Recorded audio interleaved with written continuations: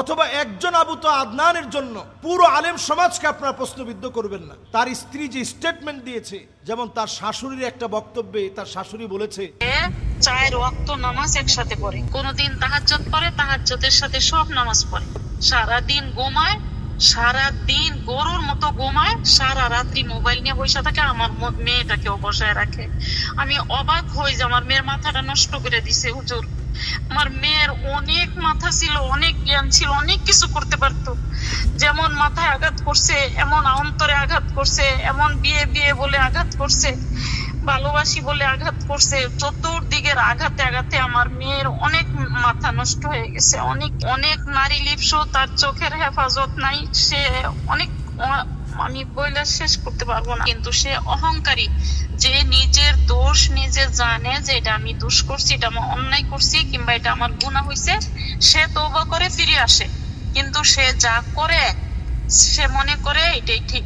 সারা রাত্রি মোবাইল নিয়ে বসে থাকবো, আর আমার মেয়ের সাথে ঘেউ ঘেউ ঘেউ ঘেউ করবো, অমুকরে ভালোবাসি, তমুকরে ভালোবাসি, তুমি একটু আমাকে বিয়ে করায় দাও, তুমি আমাকে একটু বিয়ে করায় দাও। আমি আসলে দীর্ঘদিন যাবৎ পারিবারিকভাবে সাফার করে আসছি। তাকে নিয়ে আমি অনেকবার বসার চেষ্টা করেছি, সমাধানের জন্য কথা বলতে চেয়েছি, সে কথা বলারও সে সুযোগটুকু দিত না।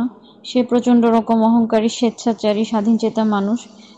এবং প্লাস আমি যে দেখি সে তার নানান ফাউন্ডেশনের কার্যক্রমের নামে সে তাকে যে মানুষ ফিনান্সিয়ালি হেল্প করে, এই টাকাটা দিয়েও বা এই হেল্পের জায়গাটা থেকেও সে তার লিপ্সা চরিতার্থ করার জন্য অনেক অ্যাডভান্টেজেসগুলো নিয়ে থাকে, অনেক সুযোগ সুবিধা ব্যবহার করে থাকে নারীদেরকে মন গলানোর ক্ষেত্রে।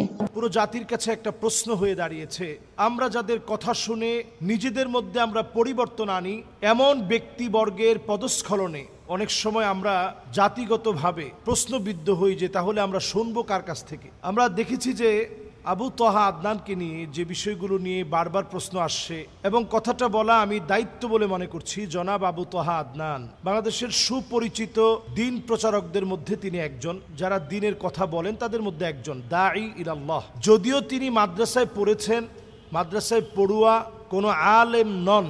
আলেম বলতে যা বোঝানো হয় বাংলাদেশে, এই সিস্টেমেটিক পদ্ধতিতে তিনি গড়ে ওঠা কোনো আলেম না। জেনারেল থেকে আসা, হঠাৎ করে ঘুম হয়ে যাওয়া, এবং চমকপ্রদ আখিরুজ্জামান, শেষ জামানার গল্প, যা নবীজি সাল্লাল্লাহু আলাইহি সাল্লাম বলেছেন, যে কথাগুলো আমরাও আমাদের অসংখ্য আলোচনায় আখিরুজ্জামান নিয়ে কথা বলি, এই কথাগুলোকে তিনি অত্যন্ত সুন্দর উপস্থাপনায় জাতির সামনে পেশ করেছে। জাতি উনার কথাগুলো গ্রহণ করে নিয়ে অনেক যুবকের পরিবর্তন হয়েছে। পারিবারিক কেমন একটা স্ট্র্যাটেজি এখন দেখা দিয়েছে।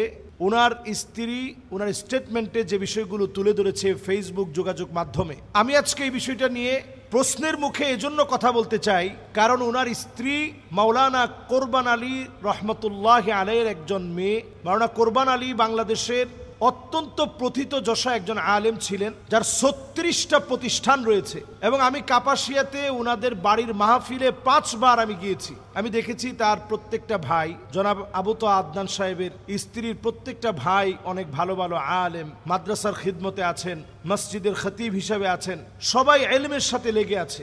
এমন একটা পরিবার থেকে বিলং করা একটা মেয়ে, যার আগে একটা ডিভোর্স ছিল, সংসার বিচ্ছেদ হওয়ার পরে তার সঙ্গে বিবাহ হয়। এরকম একটা মেয়েকে যদি আপনি আশ্রয় দেন, নবীজির হাদিস অনুযায়ী আস-সাঈ আলাল আরমালাতি ওয়াল মিসকিন কাল মুজাহিদি ফি সাবিলিল্লাহ, এটি আল্লাহর রাস্তায় জিহাদ করার সমান সওয়াব, যে আপনি এমন একজন অসহায়কে জায়গা দিবেন যে বিধবা, যার আগে বিবাহ ছিল। তো এটা জেনে বুঝে আপনি একটা আলেম ফ্যামিলিতে বিয়ে করলেন।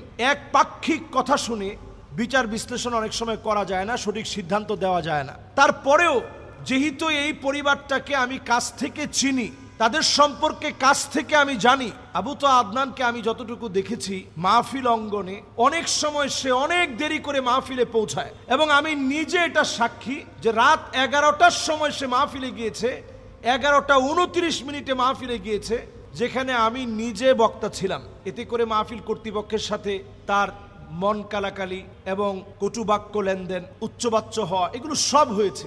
আমরা এই অঙ্গনে আজকে 11টা বছর ধরে কথা বলি, কিন্তু আলহামদুলিল্লাহ কথা বলতে গিয়ে আমরা দেখেছি, আমরা তাদের কাছ থেকে কথা নিব। ফানজুরু আম্মান তাখুযুনা দীনাকুম, আমি যুবকদেরকে লক্ষ্য করে বলি, তাদের কাছ থেকে কথা নিবেন যাদের চুলের গোড়া থেকে শুরু করে পায়ের তালু পর্যন্ত পরিবর্তন আছে, তাদের কাছ থেকে কথা নেবেন। আমরা অনেক সময় যেটা করি, বাহ্যিক মানুষের পরিবর্তন দেখে অনেক সময় তার কথাগুলোকে আমরা অমূল্য মনে করি। হতে পারে তার কথায় মানুষ হেদায়েত হবে, কিন্তু পারিবারিকভাবে একটা মানুষ যদি আখলাকি না হয়, যদি পারিবারিকভাবে খয়রুকুম লি আহলি, পরিবারের কাছে যদি আপনি সেরা হতে না পারেন, তার স্ত্রী যে স্টেটমেন্ট দিয়েছে সেখানে বারবার বলেছে যে তাকে আঘাত করা হয়েছে, প্রতিদিন আঘাত করত, মারত, খারাপ ব্যবহার করত।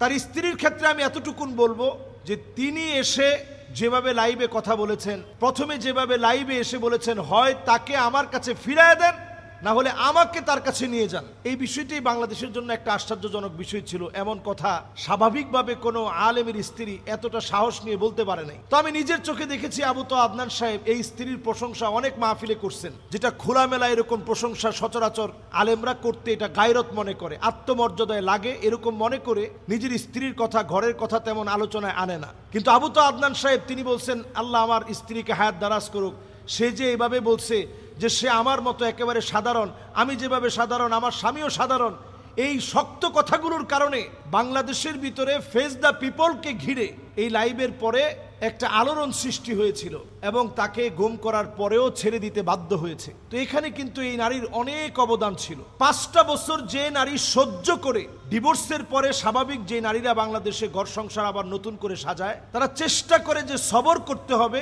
তারপরেও যেন এই সংসারটা ভেঙে না যায়। সব সবর করার পরেও মুফতি আব্দুল মালিক হাফিজাহুল্লাহ তিনি পর্যন্ত বলছেন যে ঠিক আছে, তোমরা অন্তত কাদা ছোড়াছুড়িটা বন্ধ রাখো। তো আমরা এখন যেটা দেখছি ফেসবুকে প্রতিনিয়ত হয়তো কখনো নারীকে গালিগালাজ করা হচ্ছে, কখনো আবু তোহা আদনানের বিভিন্ন বিষয় নিয়ে কথা বলা হচ্ছে। পরিষ্কার এক্ষেত্রে একটা কথা বলবো, জেনারেল শিক্ষিত কোনো ব্যক্তির কোনো কর্মকাণ্ডের কারণে পুরো আলেম সমাজকে আপনারা প্রশ্নবিদ্ধ করবেন না, অথবা একজন আবু তোহা আদনানের জন্য পুরো আলেম সমাজকে আপনারা প্রশ্নবিদ্ধ করবেন না। একটা ব্যক্তির ত্রুটি থাকতে পারে, দোষ থাকতে পারে। আমি বলবো যে খুবই গুরুত্বপূর্ণভাবে ইনভেস্টিগেশন হচ্ছে, কারণ এটা আলেমদের বিষয়, এটা অল্প হলেও খুঁচিয়ে খুঁচিয়ে বের করা হবে। ইনভেস্টিগেশন হচ্ছে, ইনভেস্টিগেশনে অনেক কিছু হয়তো আপনাদের চোখের সামনে চলে আসবে যেটা আপনারা বিশ্বাস করতে পারবেন না। যেমন তার শাশুড়ির একটা বক্তব্যে তার শাশুড়ি বলেছে যে সে নামাজের ক্ষেত্রে একেবারে বেখবর। এখন আল্লাহ আলাম, আল্লাহ ভালো জানেন যে কথা সত্যতা কতটুকু। তার স্ত্রী বলেছে যেটুকুন উনি লাইভে বলেছে এটা 100 ভাগের ভিতরে 10 ভাগ, আরো 90 ভাগ প্রকাশ করে নাই কি পরিমাণ নির্যাতন করা হয়েছে। তো এটা তো একটা আলেমের চরিত্র হতে পারে না। এবং স্ত্রীর ক্ষেত্রে আমি যেটা বলবো যে তার যে একটা আগের সংসার ছিল, সেই সংসারে তার যে একটা হক, সেখানে একটা ইনসাফ প্রতিষ্ঠা করা, আদালত প্রতিষ্ঠা করা, এটার ক্ষেত্রে যে ব্যত্যয় ঘটানো হয়েছে, তার চোখের পানি কিন্তু এই সংসারটা নষ্ট হওয়ার জন্য অন্যতম দায়ী। এরপরে এই বোনের পক্ষে যদি আপনি না বলেন, যাকে প্রতিনিয়ত মারা হয়েছে, যা রাসূলুল্লাহ সাল্লাল্লাহু আলাইহি সাল্লামের সিরাতের সম্পূর্ণ পরিপন্থী, আখলাকের সম্পূর্ণ পরিপন্থী, আখলাকের সম্পূর্ণ বিরোধী, এই বিষয়ে তো আমাদের সমাজকে সচেতন করা দরকার। যদি আজকে এই বিষয়ে আমি কথা না বলি, আপনি কথা না বলেন, অনেকে মনে করবেন যে একজন আলেম, তার ব্যাপারে কথা যদি বলি তাহলে আলেম সমাজের উপরে কথা আসবে। নতুন একটা ট্রেন্ডিং শুরু হয়েছে, একাধিক বিবাহ, একাধিক বিবাহ। আপনি একটু তাকায় দেখেন, যারা এই একাধিক বিবাহের প্রবর্তক হিসাবে বাংলাদেশে নতুন করে নিজেদেরকে অ্যাপ্রিশিয়েট করছে, নিজেদেরকে বাংলাদেশে প্রমোট করছে এবং প্রবর্তক বলে তারা মনে করছে, তাদের পারিবারিক অবস্থাটা এমন, তাদের অনেকেরই ঘরে কোনো সুখ নেই। আজকের এই কথাটা আমি এই জন্য এখানে বলছি, কারণ অসংখ্য মিডিয়ায় এখন শুধু এই প্রশ্ন আসছে যে এই ব্যাপারে আলেমরা কথা বলছে না কেন, আলেমদের এক্ষেত্রে করণীয় কি, আলেমদের চারিত্রিক এরকম সমস্যা যদি জাতির সামনে উঠে আসে, জাতি কার কাছ থেকে কথা নিবে? এজন্য পরিষ্কার কথা, ফানজুরু আম্মান তাখুযুনা দীনাকুম। আগে আপনি লক্ষ্য করবেন ওই লোকটার দিকে চুলের গোড়া থেকে পায়ের তালু পর্যন্ত সুন্নতের অনুকরণ আছে কিনা। শুধু মাইকের সামনে সুন্দর আখলাক, এটা কিন্তু আখলাকের বহির্প্রকাশ না। নবীজি সাল্লাল্লাহু আলাইহি সাল্লাম বিখ্যাত সেই হাদিসের দিকে যদি আমরা রাসূলের তাকাই, আসাফারতা মাআহু, তুমি কি তার সাথে সফর করেছো? আতাআমালতা মাআহু, তুমি কি তার সাথে লেনদেন করেছো? যদি সফর আর লেনদেন না করেন, আপনি কেমনে বুঝবেন লোকটা ভালো মানুষ? আমি যতটুকুন দেখেছি, একেবারে কাছ থেকে যেহেতু ময়দানে কাজ করা হয়েছে, যতটুকুন আমি দেখেছি, প্রায় সময় কামাল উদ্দিন জাফরি হাফিজাহুল্লাহ উনি মাহফিলে ছিল, গভীর রাত করে মাহফিলে গিয়েছে। আমি নিজে মাহফিলে ছিলাম, 3 জায়গায় তার সাথে মাহফিল নিয়েছি, তাকে পাইনি। গভীর রাতে মাহফিলে গিয়েছে, কারণ পুরো টাকা না দিলে সে মাহফিলে যাবে না। অসংখ্য মাহফিলে এই জাতীয় ঘটনা ঘটেছে। এগুলো আলেমদের জন্য অত্যন্ত অসুন্দর, আলেমদের জন্য অসম্মানজনক, এবং এগুলো দৃষ্টিকটুর। মানুষের কাছে এগুলো প্রকাশিত হলে অসম্মানজনক হবে। আজকের এই আলোচনা থেকে আমি সজাগ করতে চাই, আমরা গালিগালাজ করার ক্ষেত্রে সতর্ক হই, কথা শোনার ক্ষেত্রেও সতর্ক হই। কার কাছ থেকে কথা শুনছি? আমি এক মাহফিলে নিজের চোখে দেখেছি 11:29 যাওয়ার পর মারামারির অবস্থা। তো এই যে এই জাতীয় ঘটনাগুলো ঘটেছে এতদিন ধরে, এমন কথাও শুনেছি, আল্লাহু আ'লাম, আল্লাহ ভালো জানেন, যেরকম মানুষের সামনে প্রকাশ করছে, এই বিষয়গুলো যখন প্রকাশিত হবে, জুমার নামাজ যেখানে পড়াতেন ওই এলাকার মানুষ কাপাসিয়াতে, আমি সেখানে 5 বার মাহফিলে গিয়েছি, সে এলাকার মানুষ আমাকে বলেছে যে ইচ্ছে মতো এসে, সময় গময় নাই, এসে জুমার নামাজ পড়াতো। তো এই বিষয়গুলো কিন্তু সজাগ থাকতে হবে। একজন দায়ী সব বিষয়ে আপনাকে সজাগ দৃষ্টি রাখতে হবে। এবং এমন বিষয়গুলো যখন আমরা শুনি আমরা ব্যথিত হই। একটা বোনের আর্তনাদ আমাদেরকে অনেক সময় ব্যথিত করে, একজন মায়ের আর্তনাদ আমাদেরকে ব্যথিত করে, একজন ভাইয়ের আর্তনাদ আমাদেরকে ব্যথিত করে। কাজেই এই বিষয়গুলো একেবারে ছোটখাটো বিষয় না। ভুলে ভরা মানুষের জীবনে অনেক ভুল আছে। হুন্না লিবাসুল লাকুম ওয়া আনতুম লিবাসুল লাহুন্না, তারা আমাদের কাছে আমাদের পোশাকের মতো।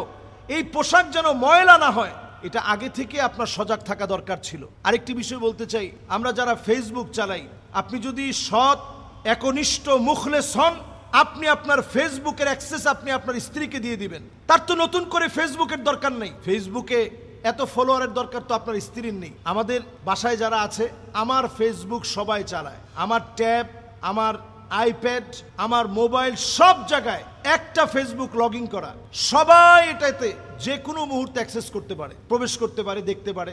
এতে করে আমি নিজেও সন্দেহমুক্ত থাকলাম, বাসার সবাইও সন্দেহমুক্ত, একটু শান্তিতে থাকলো। এজন্য অন্তত আর আমরা এই বিষয় নিয়ে কাদা ছোড়াছুড়ি চাই না। যা হয়েছে সুন্দর একটা সমাধান হোক, এবং এই ক্ষেত্রের দায়ভার যেন আলেমদের কাঁধে না আসে। আল্লাহ যেন আমাদেরকে বোঝার তৌফিক দান করেন। আসসালামু আলাইকুম ওয়া রাহমাতুল্লাহি ওয়া বারাকাতুহু।